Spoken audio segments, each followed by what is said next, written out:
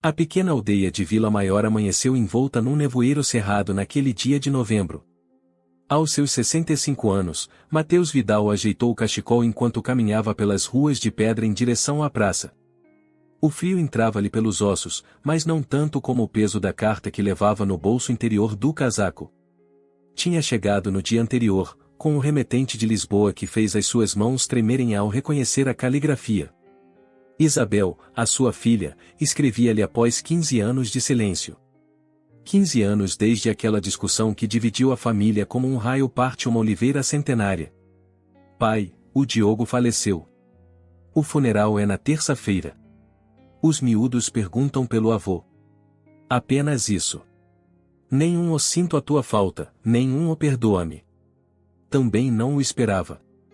Isabel tinha herdado seu orgulho, aquela teimosia alentejana que tanto admirava e temia a sua falecida esposa, Carmen. Mateus parou em frente ao Café Os Arcos. Pela janela embaciada, viu Tomás, o seu amigo de toda a vida, a ocupar a mesa de sempre. Entrou, sacudindo o frio. Decidiste-te? Perguntou Tomás sem levantar os olhos do jornal. Mateus sentou-se pesadamente. Como sabes que tenho de decidir alguma coisa? Conheço-te desde que andávamos juntos na escola do Padre Mendonça. Quando franzes a testa assim, é porque carregas alguma coisa. O empregado trouxe-lhes 2 cafés sem que os pedissem. A rotina de anos. A Isabel escreveu-me. Mateus tirou a carta amarrotada. O Diogo morreu. Tomás pousou o jornal. Diogo fora o genro de Mateus, um homem de Lisboa com ideias modernas o que tinha levado Isabel da aldeia. Ou era o que Mateus sempre dizia. Lamento muito, disse Tomás. Vais ao funeral? Mateus passou os dedos pela borda da chávena. Não sei se devo. Por que não? Era o marido da tua filha. Um homem que me roubou a filha. Que a convenceu a vender as terras do avô para montar aquele negócio que fracassou. Tomás suspirou. Mateus, isso foi há 15 anos. E não foi o Diogo quem vendeu essas terras. A Isabel tinha direito à sua herança. Eram terras que estavam na minha família há 4 gerações. A voz de Mateus ressoou no café, fazendo com que vários fregueses virassem a cabeça. Baixou o tom. O meu pai confiou mais a mim, e eu tê-las-ia confiado a ela. Mas venderam-nas para abrir uma loja de roupa em Lisboa. Roupa. E por isso não conheces os teus netos, disse Tomás com suavidade. O Miguel deve ter já, 14 anos? E a pequena Lúcia, 11. Alguma vez os viste? Mateus olhou pela janela. O nevoeiro começava a levantar, deixando ver o campanário da igreja. Só nas fotografias que a tua filha Pilar me manda. Ela continua em contato com a Isabel. A Pilar diz que são bons rapazes. Que o Miguel se parece muito contigo. Mateus sentiu um nó na garganta. Tinha jurado não pôr os pés em Lisboa enquanto Isabel não reconhecesse o seu erro. Enquanto não admitisse que tinha traído a família ao vender as terras que o avô Vidal tinha protegido inclusive durante a guerra, escondendo-se na cave com a espingarda quando vinham confiscá-las. O Diogo tinha cancro, continuou Mateus. Andava há 2 anos a lutar contra ele. A Isabel esteve sozinha com tudo isto. E tu como sabes? A Pilar contava-me. Eu fingia não ouvir. Tomás abanou a cabeça. Velho teimoso. Que faço, Tomás? Vou a Lisboa. Apareço em casa da minha filha depois de 15 anos como se nada tivesse acontecido? Não como se nada tivesse acontecido. Mas sim como um pai que, apesar de tudo, continua a ser pai. Mateus olhou para as horas. O autocarro para Lisboa sairia em 40 minutos. Mal teria tempo de fazer uma pequena mala. Se for agora, cuidas das galinhas? Tomás sorriu. Vai reconciliar-te com a tua filha, Mateus. As galinhas ficarão bem. Nessa tarde, sentado junto à janela do autocarro que serpenteava pela estrada em direção a Lisboa, Mateus contemplava a paisagem alentejana. Campos de oliveiras e vinhas despidas pelo inverno. Como ele se sentia, despido, vulnerável, a caminho de um reencontro que poderia renovar tudo ou acabar de o quebrar. No bolso, além da carta de Isabel, levava uma fotografia amarelada de Isabel em pequena, em cima de uma oliveira das terras da família, sorrindo sem um dente. Ao seu lado, um jovem Mateus olhava para a câmara com orgulho. Carmen tinha tirado aquela foto num verão, antes que a doença a levasse. Vou conhecer os meus netos, Carmen, sussurrou para a janela. Espero que não seja demasiado tarde. Lisboa surgiu no horizonte como uma mancha cinzenta contra o céu do entardecer. À medida que o autocarro se aproximava, os nervos de Mateus aumentavam. Será que Isabel o reconheceria? Como seriam os seus netos? Rejeitá-lo-iam? E se Diogo tivesse falado mal dele todos estes anos? O autocarro entrou no terminal de Sete Rios. Mateus pegou na sua pequena mala e desceu, sentindo-se perdido no meio da multidão. Lisboa sempre lhe parecerá hostil, demasiado barulhenta, demasiado rápida para um homem habituado ao ritmo pausado de Vila Maior. Apanhou um táxi e deu a morada que Pilar lhe tinha anotado num papel. Uma morada em Alfama. O taxista, um homem jovial, tentou iniciar conversa, mas Mateus mal respondia com monossílabos. A sua mente já estava naquela porta que em breve teria de cruzar, naquele limiar que separava 15 anos de silêncio de um futuro incerto. Quando o táxi parou, Mateus pagou e ficou um momento no passeio, a contemplar o edifício. Um prédio de 5 andares, com varandas de ferro forjado. Segundo a nota de Pilar, Isabel vivia no terceiro direito. Respirou fundo e entrou. O elevador era antigo, com uma porta de grade que Mateus teve de fechar manualmente. Subiu lentamente, com um rangido que parecia acompanhar os batimentos do seu coração. Ao chegar ao terceiro andar, parou em frente à porta direita. O apelido Sanches Vidal brilhava numa pequena placa de latão. Levantou a mão para tocar, mas ficou paralisado. Que diria? Como a olharia nos olhos? O orgulho que o mantivera afastado durante 15 anos parecia agora absurdo, infantil. Finalmente, respirou fundo e tocou a campainha. Ouviu passos a aproximarem-se. A porta abriu-se. Não era Isabel. Um rapaz adolescente, alto e desajeitado, com o cabelo escuro e rebelde, olhava-o com curiosidade. Tinha os olhos de Carmen, os mesmos que Mateus via em Isabel. Posso ajudá-lo? Perguntou o rapaz. Mateus engoliu em seco. Procuro a Isabel Vidal. O rapaz olhou-o fixamente. O senhor é o meu avô Mateus? A pergunta apanhou-o desprevenido. Como o tinha reconhecido? Acaso Isabel tinha fotografias suas? Sim, respondeu com voz embargada. Sou o Mateus. O rapaz virou-se para o interior do apartamento e gritou, mãe. É o avô. Voltou-se para Mateus com um sorriso tímido. Sou o Miguel. Entre, por favor. Mateus entrou num pequeno, mais acolhedor, hall de entrada. Havia fotografias nas paredes de Isabel com 2 crianças, Miguel e quem devia ser Lúcia. Fotografias de Diogo, mais novo e depois mais velho, sempre a sorrir. E, surpreendentemente, uma fotografia antiga de Mateus e Carmen, em frente à casa de Vila Maior. Isabel apareceu de um quarto ao lado. Parou bruscamente ao vê-lo. Estava mais magra, com o cabelo mais curto e algumas cães prematuras. As olheiras denunciavam noites em claro. Pai, disse simplesmente. Olharam um para o outro, separados por 15 anos e apenas 3 metros de corredor. Recebi a tua carta, disse Mateus. Lamento muito o que aconteceu ao Diogo. Isabel assentiu. Os seus olhos encheram-se de lágrimas, mas manteve-se firme. Obrigada por teres vindo. Miguel observava a cena com nervosismo. Vou buscar a Lúcia, murmurou, e desapareceu pelo corredor. Posso entrar? Perguntou Mateus. Isabel afastou-se. Claro. Esta é a tua casa. A sala era luminosa, apesar da tarde cinzenta. Um sofá gasto, livros empilhados em estantes, uma televisão pequena. Sobre a mesa, papéis, faturas, o que pareciam relatórios médicos. A vida cotidiana interrompida pela tragédia.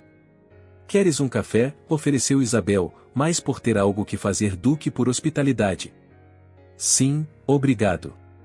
Enquanto Isabel ia à cozinha, Mateus aproximou-se das fotografias na estante. Numa delas, Miguel segurava um troféu de xadrez. Noutra, Lúcia aparecia vestida para uma festa da escola, com um traje regional alentejano. Surpreendeu-o, Isabel voltou com 2 chávenas. Tenho falado muito aos miúdos de Vila Maior.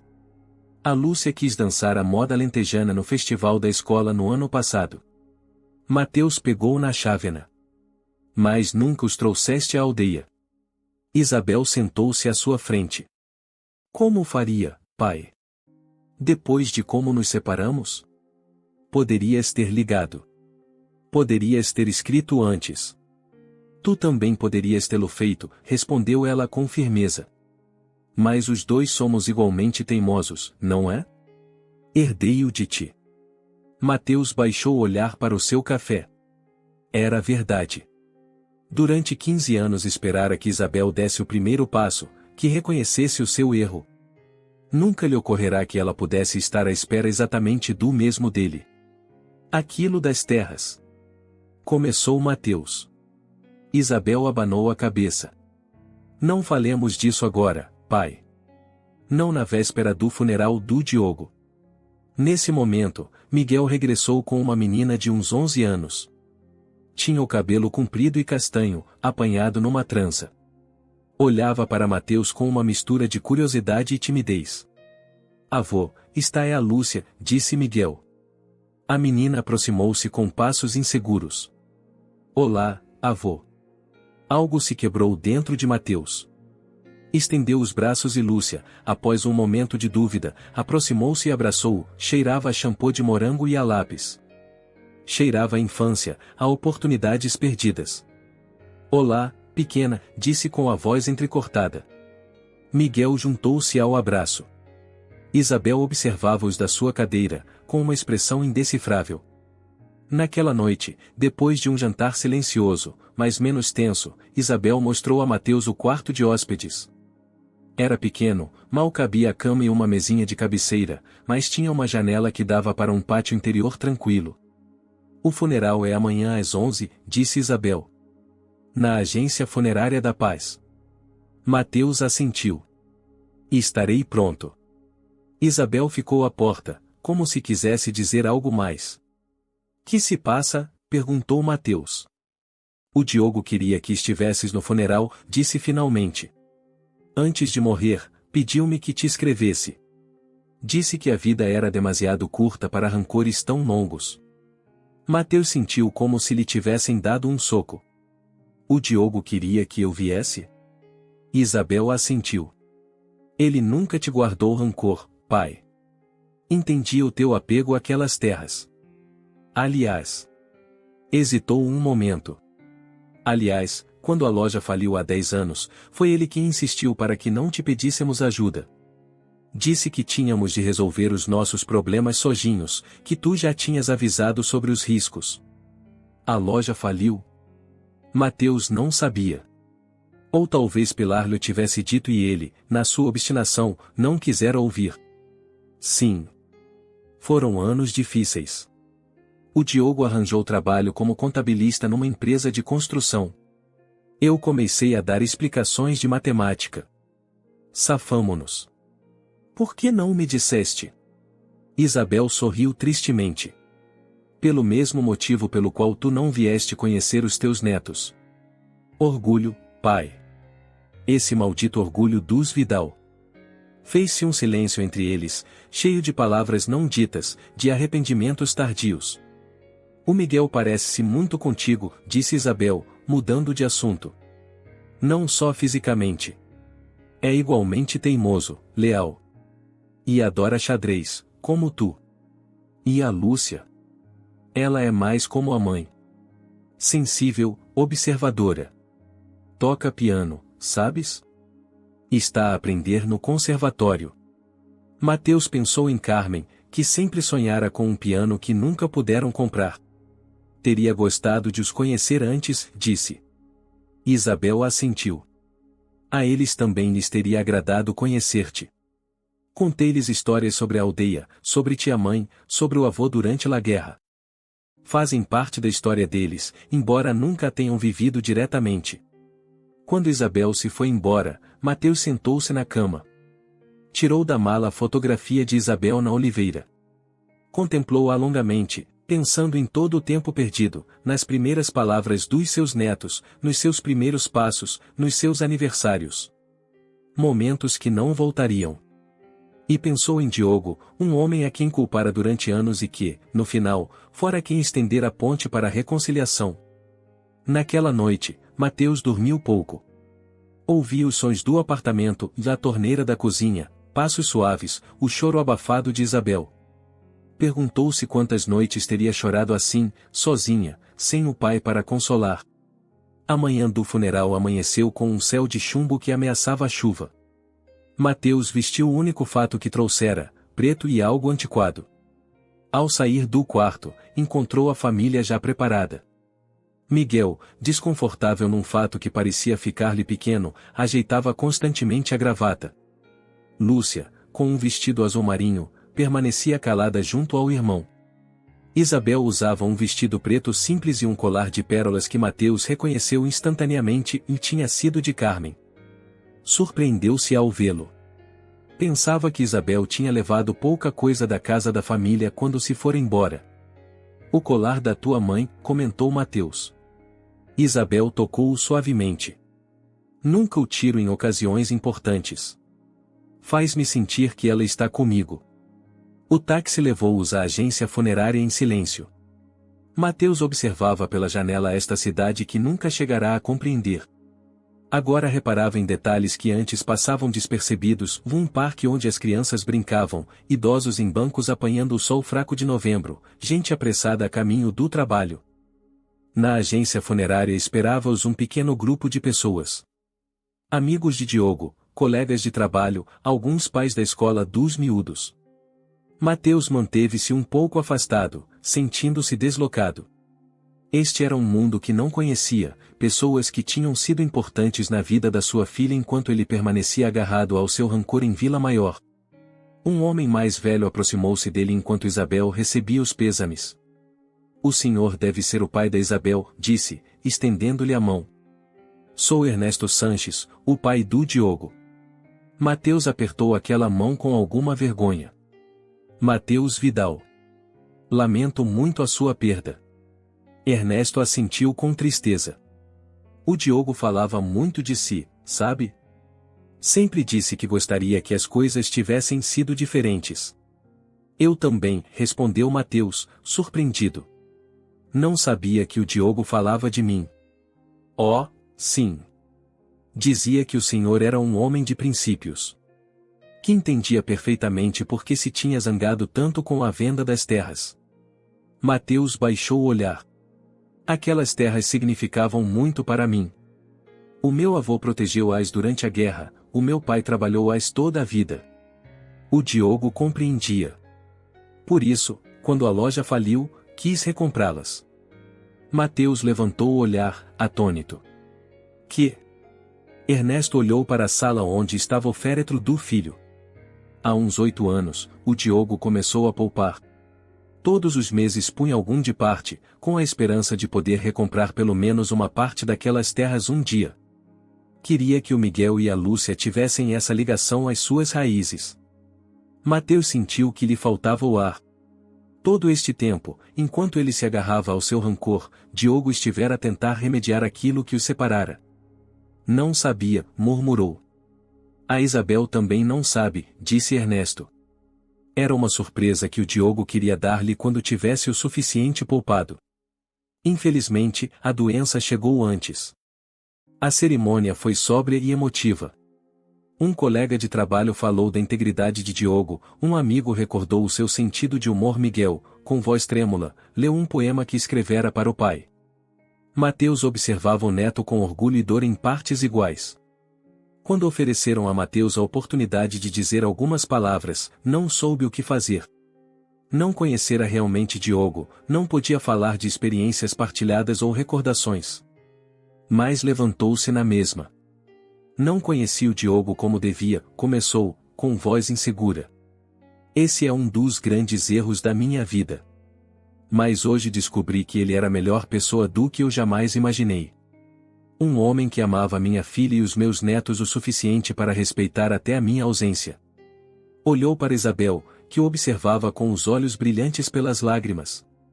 O verdadeiro valor de uma pessoa mede-se pela forma como trata aqueles que a magoaram. E hoje sei que Diogo Sanches era um homem de grande valor. Mais do que eu alguma vez fui. Depois da cerimônia, no cemitério, a chuva finalmente começou a cair. Debaixo de guarda-chuvas pretos, a família e amigos despediram-se de Diogo. Mateus permaneceu perto de Isabel, sem se atrever a tocar-lhe, mas querendo que ela soubesse que estava ali. De regresso ao apartamento, o silêncio pesava mais do que nunca. Os miúdos retiraram-se para os seus quartos.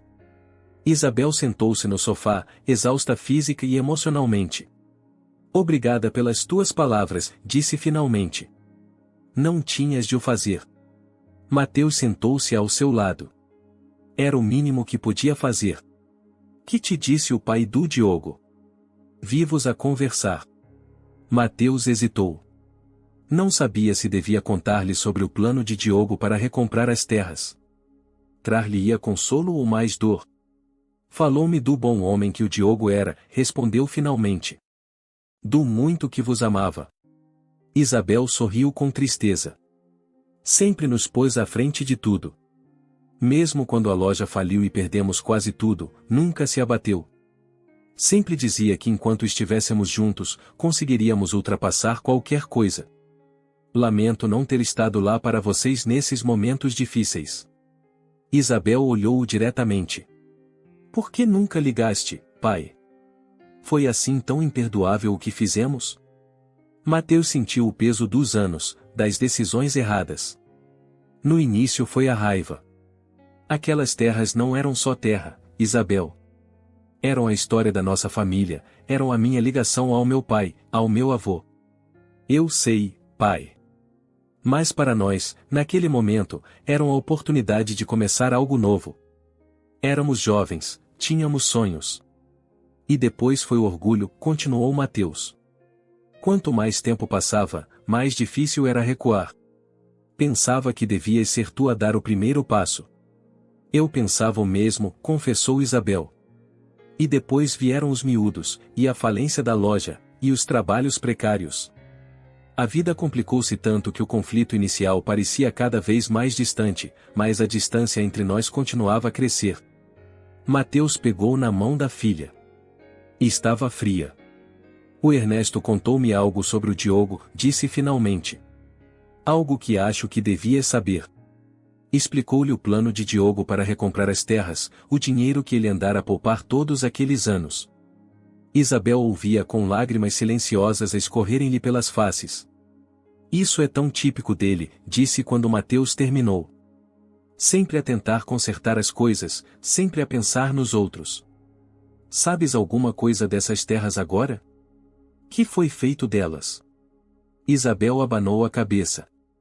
Comprou-as uma empresa que queria construir casas rurais, mas o projeto nunca avançou. A última vez que perguntei, há anos, continuavam por edificar.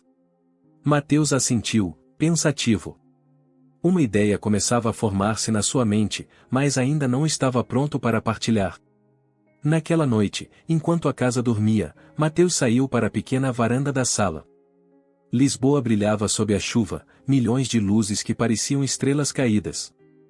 Pensou em Vila Maior, na sua casa vazia, nas galinhas que Tomás estaria a cuidar. Pensou em Diogo, um homem que nunca conheceu, mas que, de alguma forma, conseguirá lançar uma ponte sobre 15 anos de silêncio. E pensou no futuro, em como poderia recuperar o tempo perdido com Isabel, com Miguel, com Lúcia. Não lhes podia devolver Diogo, mas talvez pudesse oferecer-lhes algo mais, um novo começo, uma reconciliação que honrasse a memória de quem, em silêncio, tentará reparar o que ele quebrara com a sua teimosia. Quando voltou a entrar, encontrou Lúcia acordada, sentada no sofá com um álbum de fotografias. Não conseguia dormir, explicou a menina. Mateus sentou-se ao seu lado. Eu também não. Lúcia mostrou-lhe o álbum. Eram fotografias de Diogo com os miúdos e no parque, na praia, a celebrar aniversários. A vida que ele perderá. O pai contava-nos sempre histórias sobre Vila Maior, disse Lúcia. Sobre as oliveiras, sobre a casa onde a mãe cresceu. Dizia que um dia iríamos todos juntos. Mateus sentiu um nó na garganta. Gostarias de conhecer Vila Maior? Os olhos de Lúcia iluminaram-se. Poderíamos ir? Claro que sim.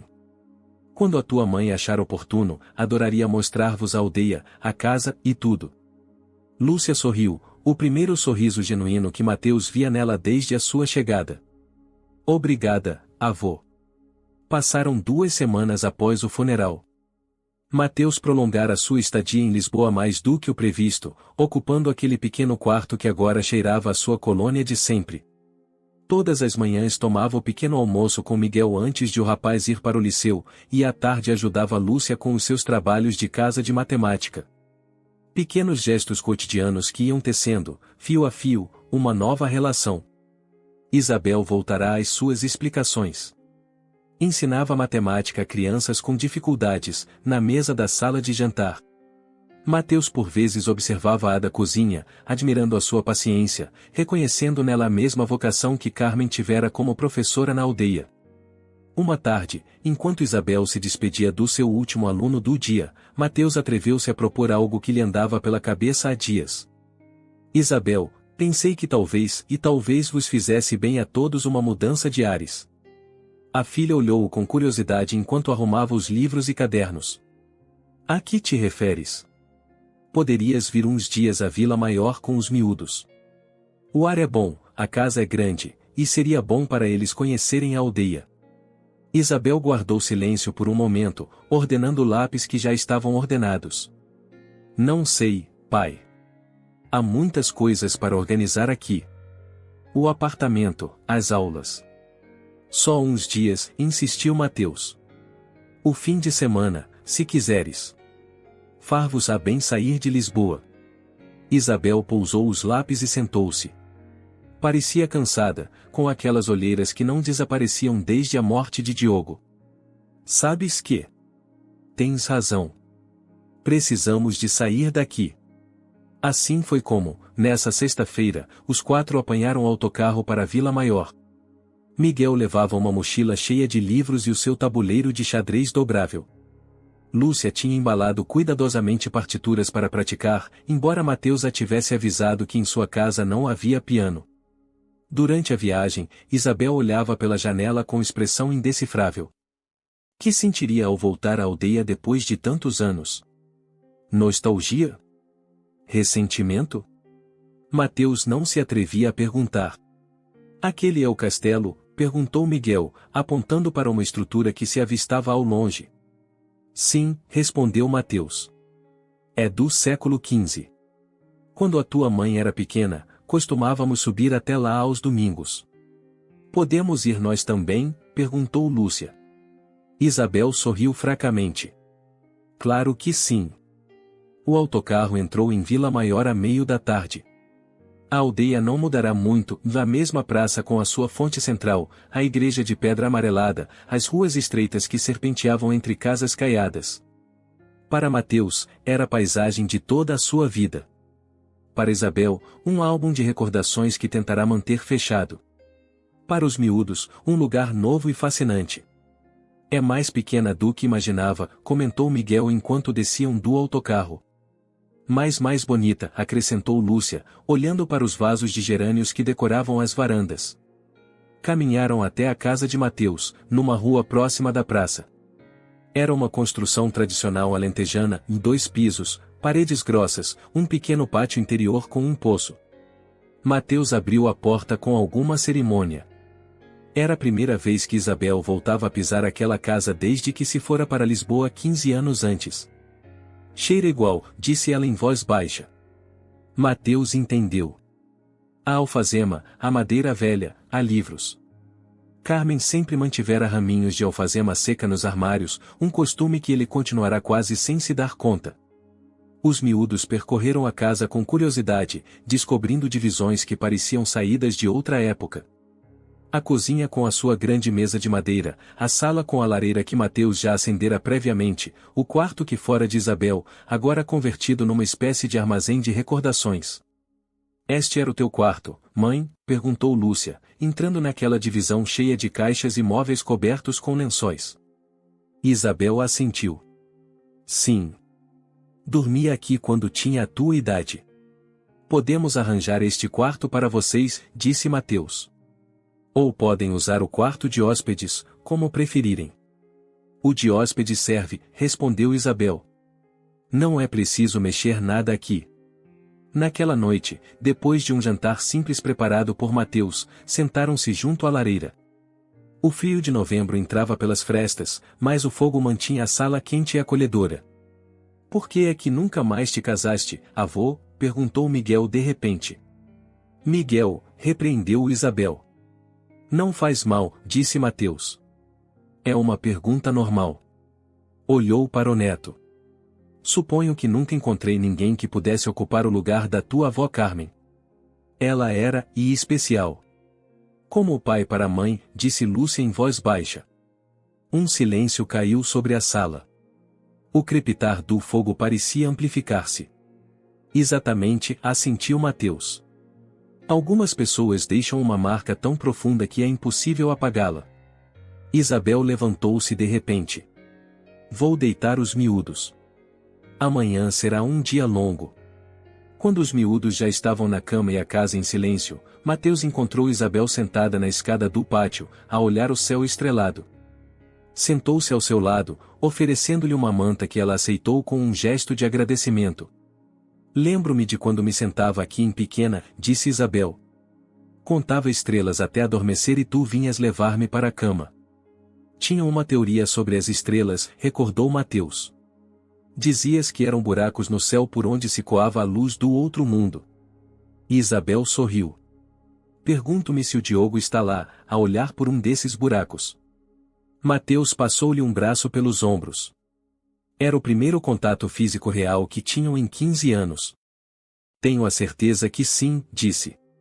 E a tua mãe também. Isabel apoiou a cabeça no ombro do pai. Amanhã, poderíamos ir ver as terras. As que vendemos.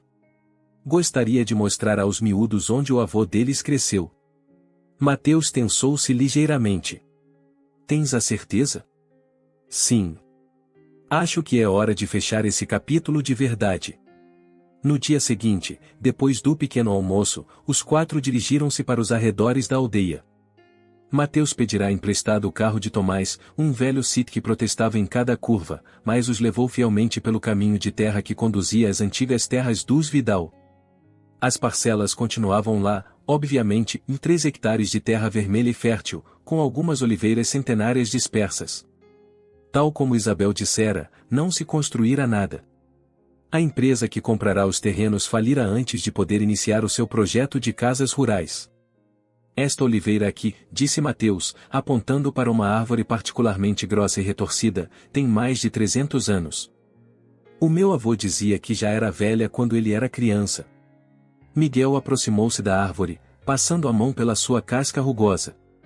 É incrível que algo possa viver tanto tempo.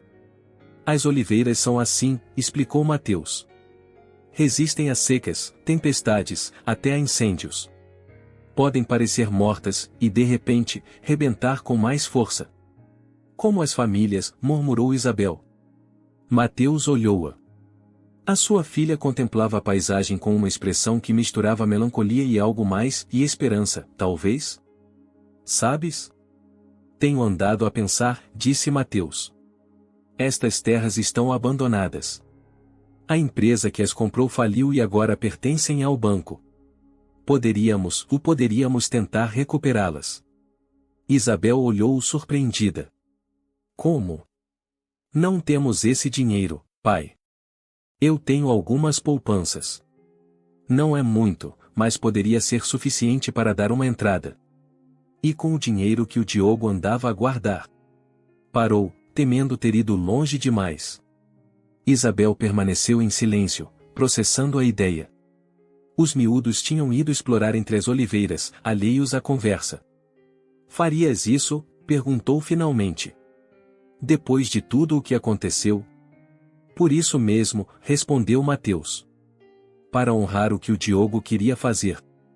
Para que estas oliveiras voltem a ser da família. Para o Miguel e a Lúcia. Isabel olhou para onde os filhos corriam entre as árvores, as suas gargalhadas levadas pelo vento. Talvez seja possível, disse finalmente. Talvez seja o que todos precisamos. No domingo de manhã, enquanto Isabel levava os miúdos à missa na igreja da aldeia, uma tradição que, surpreendentemente, ela quisera retomar, Mateus decidiu ordenar alguns papéis no seu escritório. Era uma divisão pequena, atulhada de documentos, faturas e recordações que fora acumulando ao longo dos anos. Procurava os papéis da antiga escritura das terras. Se iam tentar recuperá-las, precisariam de toda a documentação possível. Remexendo caixas poeirentas, encontrou uma que não abria há mais de uma década. Dentro havia cartas, fotografias e um envelope grande que continha o testamento de Carmen. Parou, com o envelope na mão.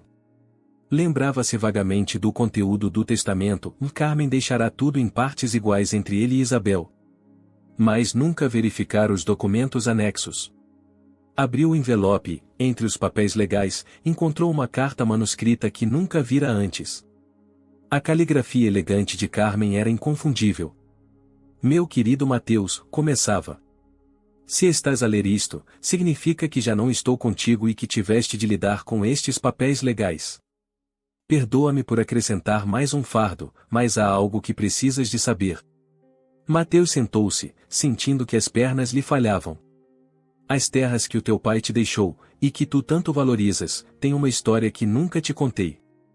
Durante a guerra, quando o teu avô as protegia com tanto afinco, não o fazia só por orgulho ou por patrimônio. Fazia-o porque debaixo da oliveira mais antiga, aquela a que ele chamava o patriarca, enterrou uma caixa com documentos importantes e algumas joias de família. Era tudo o que restava da fortuna do pai dele, escondido para evitar confiscos. O teu avô morreu sem poder recuperá-lo, pois temia que ainda não fosse seguro, e o teu pai nunca soube da sua existência. Mateus parou de ler por um momento, atordoado. Um tesouro familiar escondido debaixo da velha oliveira? Soava a lenda, a conto de crianças. Mas Carmen nunca fora dada a fantasias. Sei-o porque a tua avó mo confessou no seu leito de morte, continuava a carta. Fez-me prometer que to contaria quando fosse o momento adequado. Mas a doença chegou-me antes do que esperava, e nunca encontrei esse momento. Temo que, se to contar agora, te obsesses com isso e vivas preso a um passado que já não pode ser mudado. Assim, deixo-te esta carta, esperando que quando a leres já tenhas encontrado a paz com a tua história.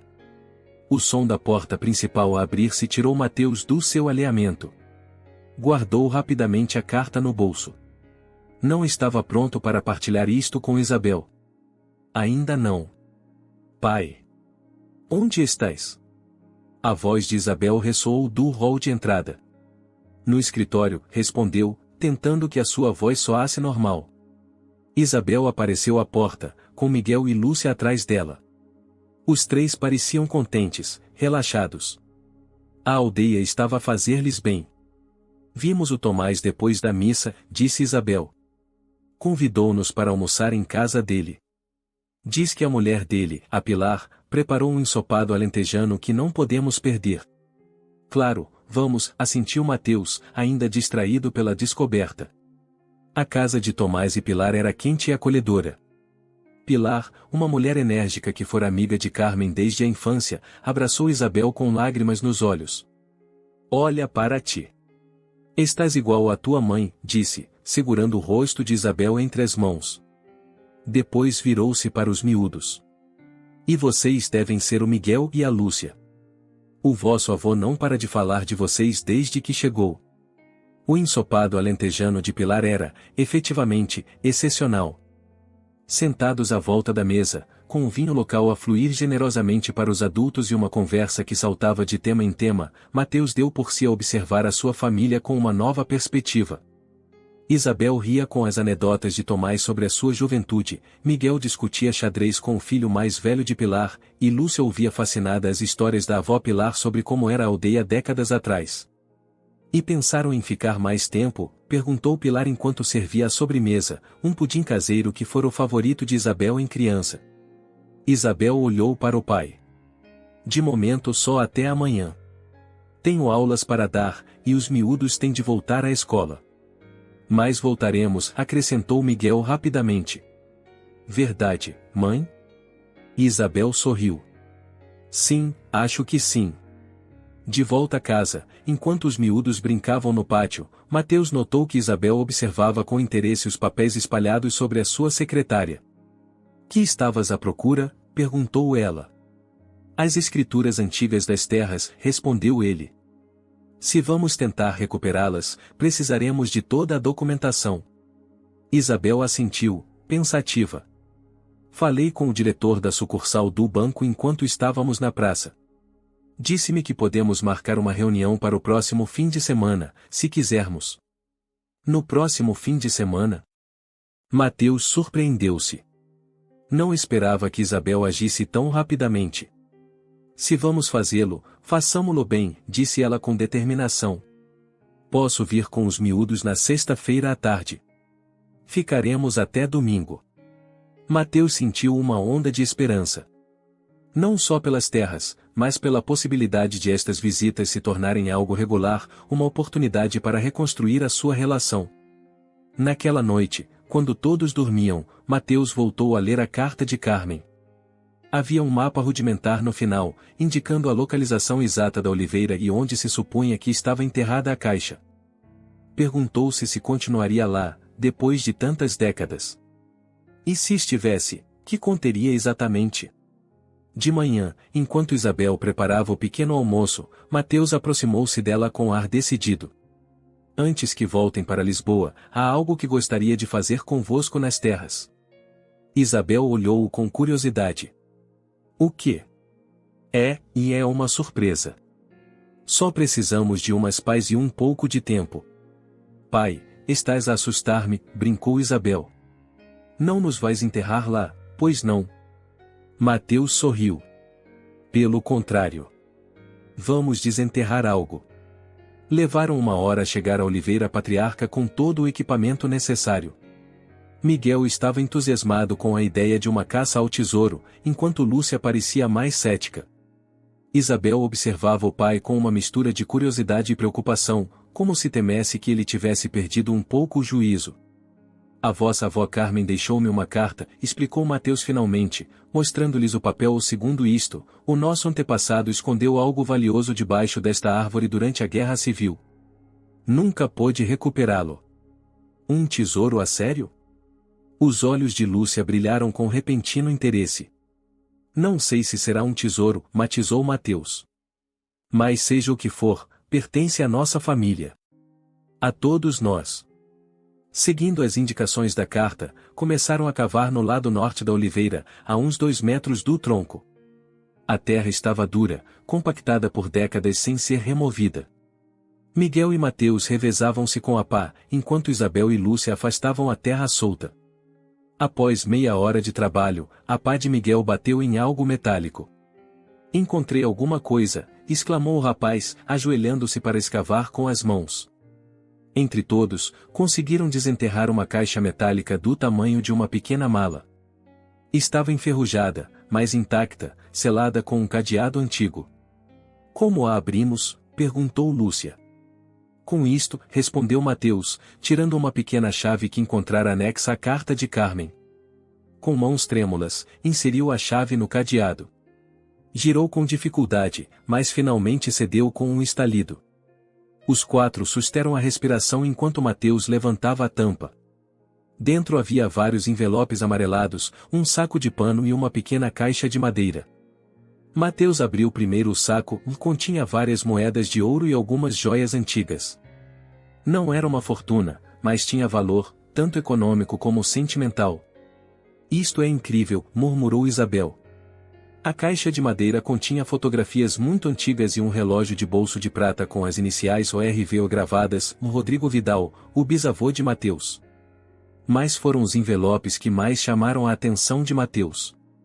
Continham documentos legais, incluindo um título de propriedade das terras que datava de 1897.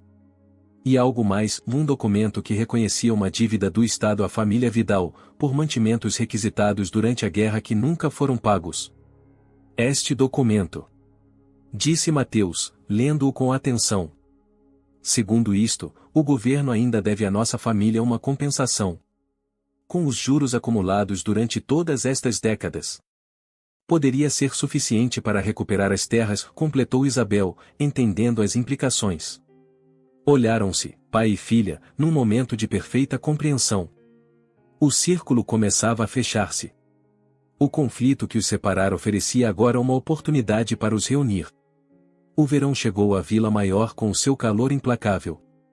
Os campos tornaram-se dourados, o céu ficou de um azul quase doloroso, e as cigarras cantavam sem descanso desde o amanhecer até ao crepúsculo. Nas terras dos Vidal, a pequena oliveira plantada em memória de Diogo resistia estoicamente ao calor, protegida pela sombra parcial do patriarca. A casa do caseiro estava quase terminada. Isabel e os miúdos tinham passado as últimas semanas do ano letivo a viajar entre Lisboa e Vila Maior, trazendo caixas com os seus pertences, preparando a mudança definitiva. Agora, a meados de julho, estavam a instalar-se permanentemente. Mateus observava com satisfação como a sua filha dirigia os transportadores que traziam os últimos móveis de Lisboa. Isabel mudará nestes meses. Continuava a ter momentos de tristeza, claro, o luto não desaparece tão facilmente, mas recuperara uma certa energia, uma certa determinação que Mateus recordava de quando ela era jovem. O piano chegará na próxima semana, anunciou Isabel, aproximando-se do pai com uma limonada fresca. Trazem-no diretamente da loja de música de Évora. Decidiram finalmente colocar o piano na casa grande, na sala que dava para o pátio interior. Era um piano vertical, não demasiado luxuoso, mas de boa qualidade, escolhido cuidadosamente por Lúcia com a ajuda do seu professor do conservatório. Pensaste no que faremos com as terras? Perguntou Mateus. Tinham estado a discutir diferentes opções durante semanas. A oliveira patriarca e as outras árvores antigas estão bem, mas o resto do terreno precisa de um plano. Isabel sentou-se junto a ele no pequeno alpendre. Tenho andado a investigar. Há uma cooperativa em Moura que está interessada em cultivar alfazema biológica. Poderíamos ceder-lhes 1 hectare para isso. E falei com o Miguel sobre plantar mais oliveiras noutra parte. Entusiasma-o a ideia de produzirmos o nosso próprio azeite um dia. E a parte perto do ribeiro? Essa poderia ser para a horta. A Lúcia quer aprender a cultivar legumes. Diz que na escola andaram a estudar sobre alimentação sustentável e quer pô-lo em prática. Mateus sorriu. Gostava de como os netos iam desenvolvendo um vínculo com a terra, cada um à sua maneira. Miguel com o seu interesse pelas oliveiras e a produção tradicional, Lúcia com as suas ideias modernas sobre sustentabilidade. A propósito, acrescentou Isabel, ligou o Ernesto Sanches. Vem este fim de semana à Vila Maior. Quer ver onde plantamos a oliveira do Diogo? Ernesto, o pai de Diogo, mantivera contato regular com eles desde o funeral. Fora uma surpresa descobrir que tinha raízes numa aldeia próxima de Vila Maior, onde ainda vivia uma prima idosa que visitava ocasionalmente. Alegra-me, disse Mateus. É um bom homem. Sim, é. Tem sido um grande apoio para os miúdos. Especialmente para o Miguel. Naquela noite jantaram na casa grande, todos juntos.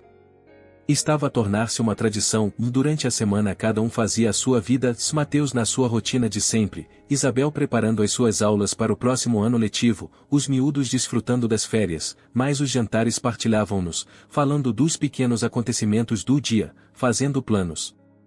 Vi que a Câmara Municipal procura voluntários para a Biblioteca Municipal, comentou Miguel enquanto servia água nos copos. Pensava em inscrever-me.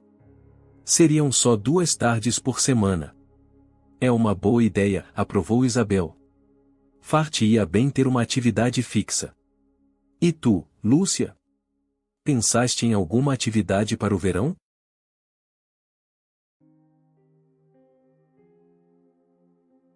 A menina assentiu entusiasmada.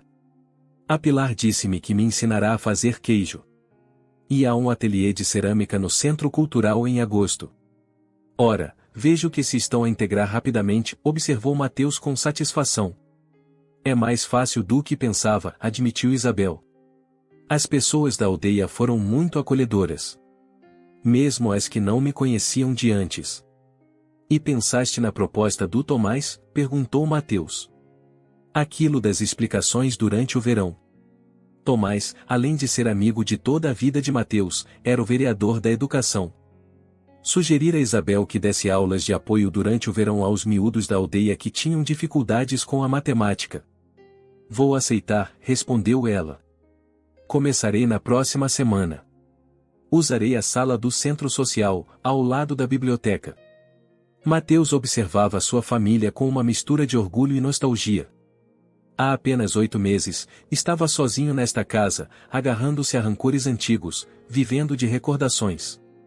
Agora a casa voltava a estar cheia de vida, de planos, de futuro. Sabes, disse, dirigindo-se a Isabel. A tua mãe ficaria encantada por ver isto. Sempre disse que a casa estava feita para criar crianças. Isabel sorriu com tristeza. Sinto a falta dela.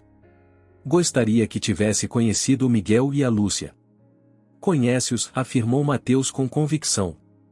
De alguma maneira, conhece-os. No sábado, Ernesto Sanches chegou à Vila Maior no seu carro, um Volkswagen cinzento metalizado. Tinha aspecto cansado, mas sorriu amplamente ao ver os miúdos correrem na sua direção.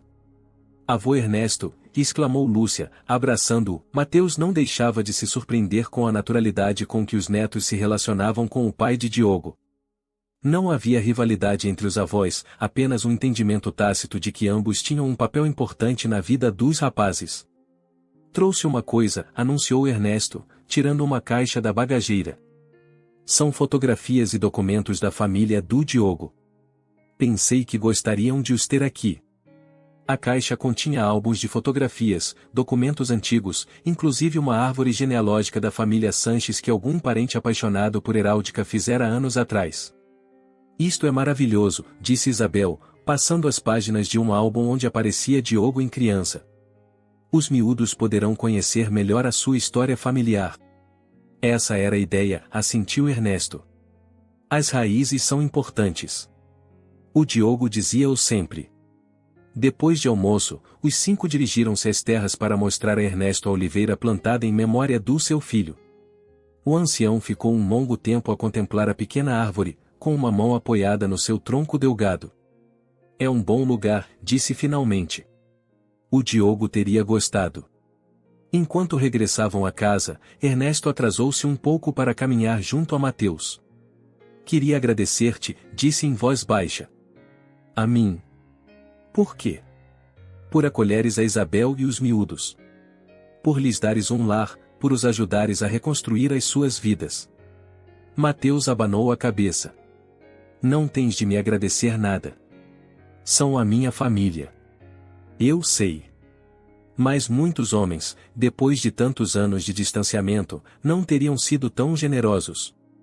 Não é generosidade, respondeu Mateus. É tentar consertar o que estraguei. Ernesto pôs-lhe uma mão no ombro. O Diogo ficaria contente por ver isto. Sempre disse que, no fundo, eram mais parecidos do que pensavam. Naquela noite, depois de Ernesto se ir embora para passar a noite em casa da prima, Mateus encontrou Isabel sentada no pátio, a olhar as estrelas, tal como naquela primeira noite após voltar à aldeia. Importas-te que me sente? Perguntou.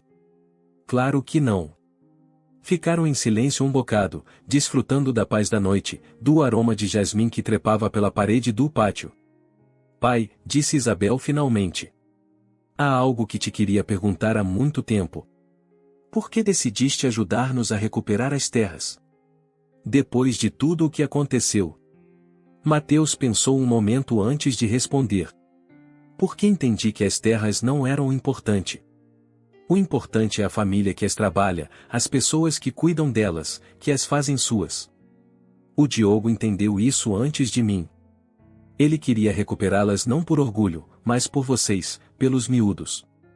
Às vezes penso em como teria sido tudo se nos tivéssemos reconciliado antes, murmurou Isabel. Se o Diogo e tu tivessem chegado a conhecer-se de verdade. Eu também penso nisso. Mas não podemos mudar o passado, só aprender com ele. Mateus pegou na mão da filha. O que importa é que estamos aqui agora. Que os miúdos estão a criar raízes nesta terra. Que estamos a construir algo juntos, algo que durará. Isabel apoiou a cabeça no ombro do pai. Obrigada, pai. Por tudo. Não, filha. Obrigado a ti por me dares uma segunda oportunidade. Lá em cima, as estrelas brilhavam no céu escuro do Alentejo, aqueles buracos de luz que Isabel imaginava em criança. Mateus pensou em Carmen, em Diogo, em todos os que já não estavam, mas continuavam a fazer parte da sua história. E pensou no futuro, nas oliveiras que cresceriam, no piano que em breve encheria a casa de música, nos netos que estavam a fazer este lugar. As raízes, pensou, não só nos prendem ao passado. Também nos sustentam enquanto crescemos em direção ao futuro.